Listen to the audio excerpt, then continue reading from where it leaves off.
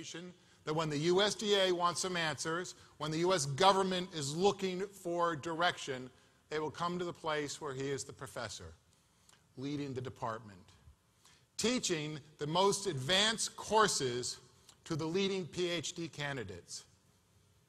He is a friend that I've grown to really appreciate and love over the years.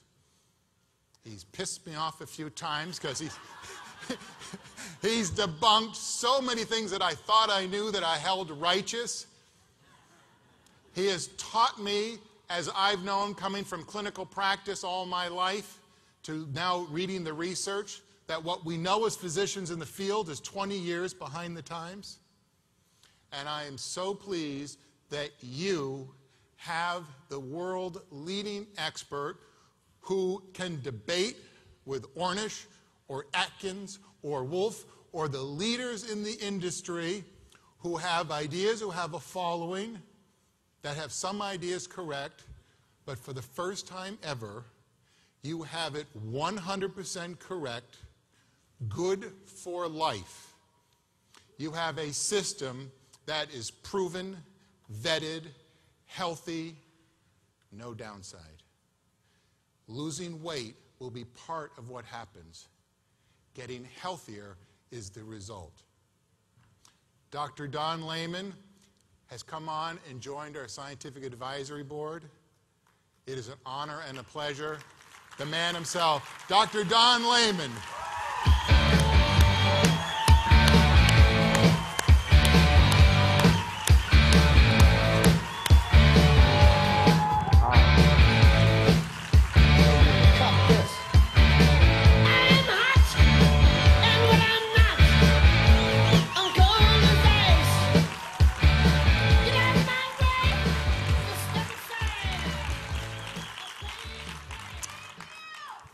Thank you.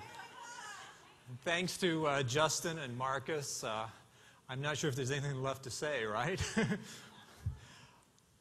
It's really been a long career, as Marcus has said. I've been involved in nutrition for a long time, and what makes me excited about partnering with Qivana right now is that it really is a systems approach. We have discovered some new things, but it's not a magic pill, as he said. It's something that has to fit into a whole lifestyle. And we've developed that, and I look very carefully for a place and a company that would be able to support that kind of approach. I've taken it to some companies before, and they said, well, if you're not going to promise 30 pounds in the first 2 weeks, we're really not interested. If you're not on American Idol, if you don't have a picture we all know, we're not interested. I said, but it works. That's not relevant.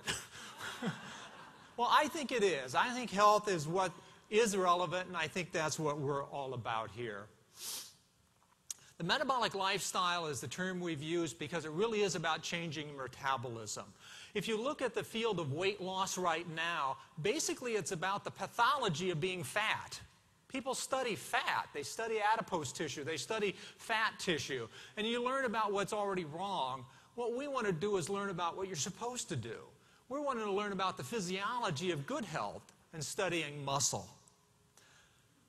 What we're going to be able to do with this system is to, as Justin said, restart, recharge your metabolism. We're going to reset your metabolism back to your 20s. We're basically going to change your muscle back to muscle metabolism, which is where you were in your 20s.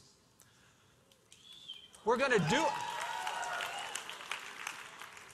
to reignite the metabolic furnace in your muscle. Your muscle is what's supposed to burn calories in your body. It's not about restricting calories. It's not about all sorts of fancy things you do. It's about making your muscles do the work they're supposed to.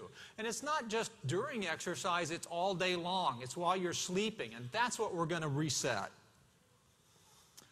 And once you do that, then you don't have to worry about fat. Fat is just simply going to go away. What happens on this diet is absolutely amazing. You're not going to see 20 pounds in 2 weeks, but you're going to see 2 pounds per week. You're going to see 2 pounds every week. You're going to see a body change that you can't quite expect. Your clothes are going to fit differently almost immediately because it takes the fat from your abdomen. It takes it around the belt.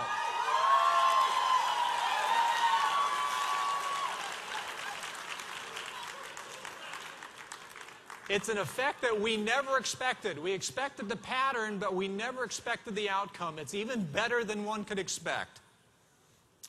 Let me give you a little background about how I got to it. I think it's sort of interesting.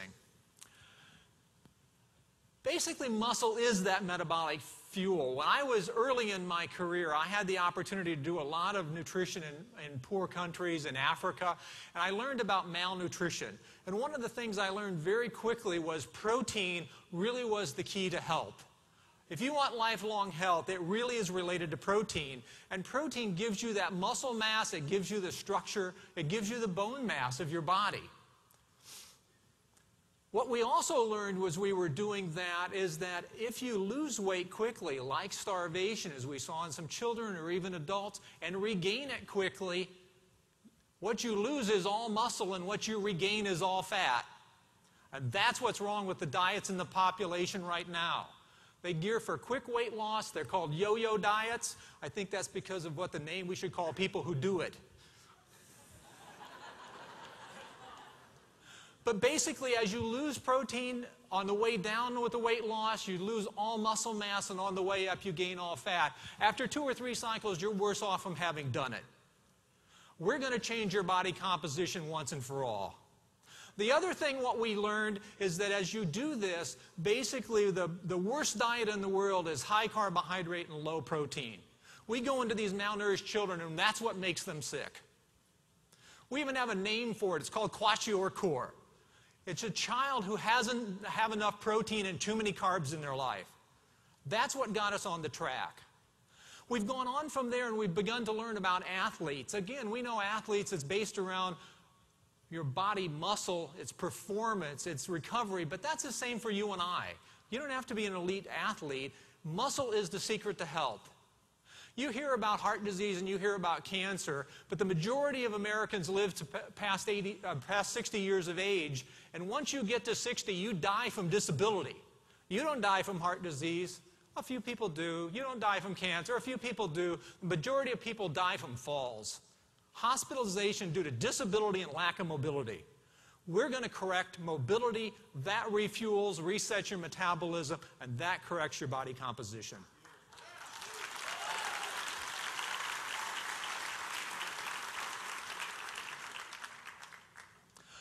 One of the things that's also in that list of myths is that adults don't really need protein.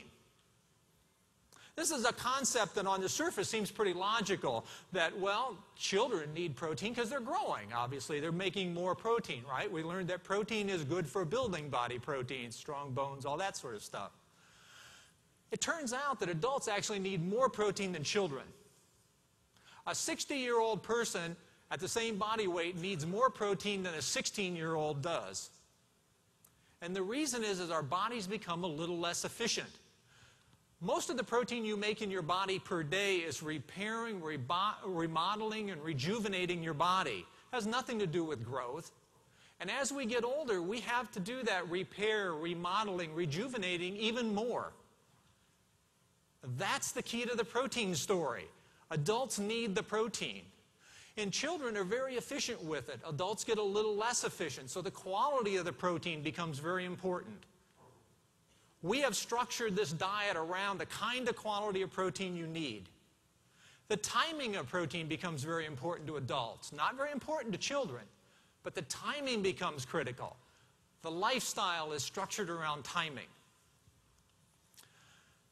Let me tell you a little about how we discovered this. This is really the breakthrough, and this is really from my research lab. We'll refer to it as the story of leucine. How many of you ever heard of leucine? Oh, there are a few. It's good. That's probably because of something I already wrote. Leucine is one of the amino acids. There are 20 amino acids that are naturally occurring that we need in our bodies every day. 9 are called essential amino acids because we can't make them. Some we can make, some we have to eat. Leucine is one of those 9 essentials. And we all grew up sort of knowing that amino acids, these proteins, when we eat protein, we're really trying to get those amino acids, and they're building blocks for our body. Whether it's building proteins or enzymes or your bones, it's all based on protein. What we have discovered about 10 years ago is that one of these amino acids,